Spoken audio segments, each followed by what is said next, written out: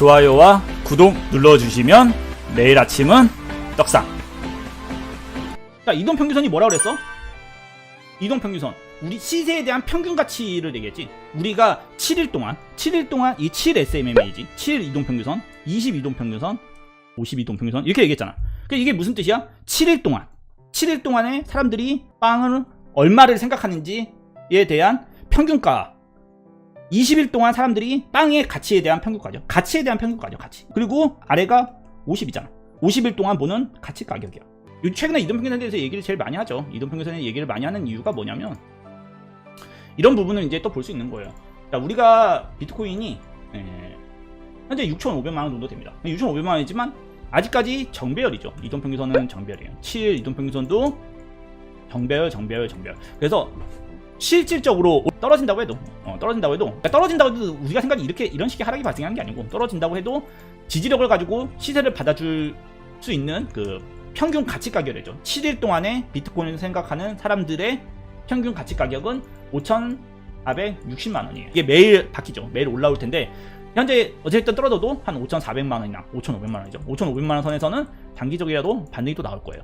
만약에 이게 고점을 넘기지 못하고 또 떨어진다고 하면 다음 20일 선이죠. 20일 동안의 가치 가격, 조금 더 무거운 가격이죠. 사람들이 조금 더 무겁게 생각하는 가격인 4,800만원이나 4,500만원까지도 내려올 수 있지만 오히려 여기서도 또 반등을 만들어낼 거란 말이에요. 왜냐하면 20일 동안의 사람들의 심리적 가치 가격이기 때문에 여기서도 반등이 나올 것이고요. 만약에 최악에까지 떨어진다 해도 51일평까지도 열어놓을 필요가 있어요. 근데 중요한 건 뭐냐면 이걸 한 방에 떨어지지 않는다는 거예요. 그래서 제가 그러겠죠. 시장이 정배열에 있을 때는 떨어지는 것에 그렇게 겁을 낼 필요가 없다. 쫄 필요도 없고 겁을 낼 필요도 없다. 왜냐? 떨어졌을 때 반등이 나올 확률이 굉장히 크다라고 했죠. 그 반등에 내가 팔아도 위에서 떨어졌다는 것에 일시적인 하락에 겁이 나는 것 뿐이지, 반등이 항상 쭉 올라오고 내가 그 반등에서 팔아도 고점에서 판 거에 대비해서 그렇게 낮은 가격에 내가 팔거나 그러진 않는다라고 얘기를 하는 거예요. 정배열 시장이라는 것이 항상 좋아요. 정배열 시장은 떨어지면 항상 반등을 만들어내는, 자, 어떤 하락이 발생을 한다고 해도 이렇게 7에서 반등이 나오고요. 만약 이런 게 이제 고점을 넘기지 못한 거죠. 고점을 넘기지 못하고 고점이 낮아지는 현상이 이제 발생을 하고 다시 떨어진다. 그러면 오히려 다음 이동평균선에서도 항상 반등이 나와요. 이전에도 하락장을 보게 되면 자, 어떻게 돼요? 급락이 나왔어요. 자, 급락이 나오고 자, 7일 이동평균선에서 반등이 나오죠. 실제로 반등이 나오고 계속해서 반등이 나옵니다. 21일 반등이 나오고요. 여기서 또 반등이 또 나오고 이동평균선이 정배열일 때는 내가 아무리 급락이 나온다고 해도 반등은 나온다. 반등이 나오고 그냥 여러분들이 생각하는 이런 하락은 발생하지 않는다 그랬죠. 이런 하락은 발생하지 않아요. 제가 이제 좋아하는 이평 두 가지를 여러분들한테 얘기를 하죠. 7SMMA이고요. MMA랑 20MA예요. 그래서 제가 추세를 쭉 이어간다, 아니면 추세가 실패했다, 이걸 볼 때 이 두 이동평균선을 켜놓는데, 첫 번째는 여기서 지지를 받는다고 봐요. 항상 이 7일 이평선을 지지를 받는데, 이편에서 지지받아서 올라가잖아요. 올라갈 거라고 예상을 보통 합니다. 근데 여기서 지지부진거릴 때가 있어요. 여기서 이제 지지부진거릴 때가 있는데 2차 이제 그 밀어주기 이동평균선이 이 22평선이라고 생각을 해요. 그래서 추가적인 상승이 나올 때는 항상 7 이동평균선에서 1차적으로 한번 받아가지고 위로 한번 밀어보고요. 만약에 이게 안 밀리면 두 번째는 22평까지 올라와서 크로스가 될 때, 두 번째 이제 후속타죠. 후속타가 올라왔을 때 본격적으로 한 번 더 민다라고 좀 생각을 해요. 근데 만약에 제가 이제 이건 실패다라고 생각할 때가 언제냐면 이 두 이평선이 크로스가 됐는데도 불구하고 시세가 아래로 빠지면요, 이러면 나는 시장이 약간 물음표를 때리고 약간 그 포지션 같은 걸 좀 정리하는 편이에요.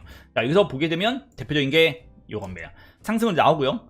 그러니까 추가적인 상승 돌파 이후에 계속해서 시세가 상승으로 이어갈 때에 대한 추세가 어떻게 흘러가냐를 얘기하는 거예요. 이건 지금 1시간 차트로 이제 얘기를 하게 되는 건데, 자, 오르고 7일평에서 지지를 받는데 이거를 추가적인 상승으로 이어가지 못해요. 이어가지 못하고 지지부진 거리다가 21평까지 와서 두 이평이 크로스가 되는 구간에서 올려야 되는데 못 올리고 아래로 빠지면, 이러면 오히려 더 깊게 빠지는, 그러니까 상승에 대한 실패 관점으로 저는 조금 많이 보는 편이에요. 자, 왜 그렇게 보냐 그러면 상승장일 때를 한번 제가 보여드릴게요. 상승장, 어떠한 이제 추세가 돌파되는 거죠. 이런 식으로 우리가 이제 상승 추세에 대한 이야기를 하게 될 거 아니에요. 자, 수렴을 상승으로 돌파했네. 자, 그러면 어떻게 돼요? 보통 이렇게 7일 이동평균에서 지지를 받습니다. 한번 떨어졌을 때 7일 이동평균에서 지지를 받아요. 계속 올라갑니다. 그리고 만약에 7일평선에서 지지를 못 받아도 21평선에서 지지를 받아요. 계속해서 지지를 받는단 말이에요. 자, 보시게 되면 올랐다가 아무리 지지부진해도 22평까지 있을 때 7일1평선, 21평선 두 2평선에서 지지로 대부분 추가적인 상승을 이어가게 돼요. 보통 이제 상승장 때 상승 강세가 나올 때는 대부분 이런 식이 조금 많이 나와요. 그리고 지속적인 상승장일 때는 특히 이게 뚜렷하게 나옵니다. 보시게 되면 이런 부분이죠. 자, 어떻게 돼요? 올랐다가 7일1평에서 지지받고 원래 한 번 더 미는데 이게 실패해도 22평이랑 7일평에서 이렇게 크로스가 될 때 같이 밀어버리죠. 같이 차트를 밀어서 계속해서 이 두 이동평균선을 지지를 계속 해주는 거예요. 이 이동평균선이 계속 차트를 강세로 많이 끌어올려준단 말이에요. 이렇게 첫 번째 반등 안 나와도 22평선이 올라오면서 같이 두 개가 같이 밀어주면서 차트를 위로 이제 밀어 올리는 이런 것들이 제가 보는 이제 방식 중에 하나거든요. 그래서 여기서도 보게 되면 여기서도 이제 수렴에 대한 돌파 이야기가 있었던 중이죠. 이렇게 수렴에 대한 돌파가 있었고 밀릴 때 7일도평균선에서 한번 지지가 나왔고요. 그게 지지가 나와서 계속 상승으로 못 가고 또 한번 밀려도 7일과 21평선이 크로스가 될 때 그럴 때는 이렇게 돌려서 밀어서 또 올리고 그래서 제가 7일 이동평균선이랑 22평선에 대해서 여러분들한테 항상 강조를 좀 많이 해요. 강세가 시작될 때는 이 7과 22평이 계속해서 차트를 밀어준다. 1시간 차트 안에서 많이 밀어준다라고 이제 얘기를 하거든요. 영상이 도움이 되셨나요? 분석 중 나온 거래소와 분석 사이트는 영상 하단 더보기를 눌러 링크 확인할 수 있으며 모바일에서도 영상 설명을 열어 각 거래소 링크, 트레이딩뷰 사이트 링크를 확인할 수 있습니다. 영상이 도움이 되셨다면 좋아요와 구독 그리고 알람 설정까지 눌러주시면 내일 아침은 떡상!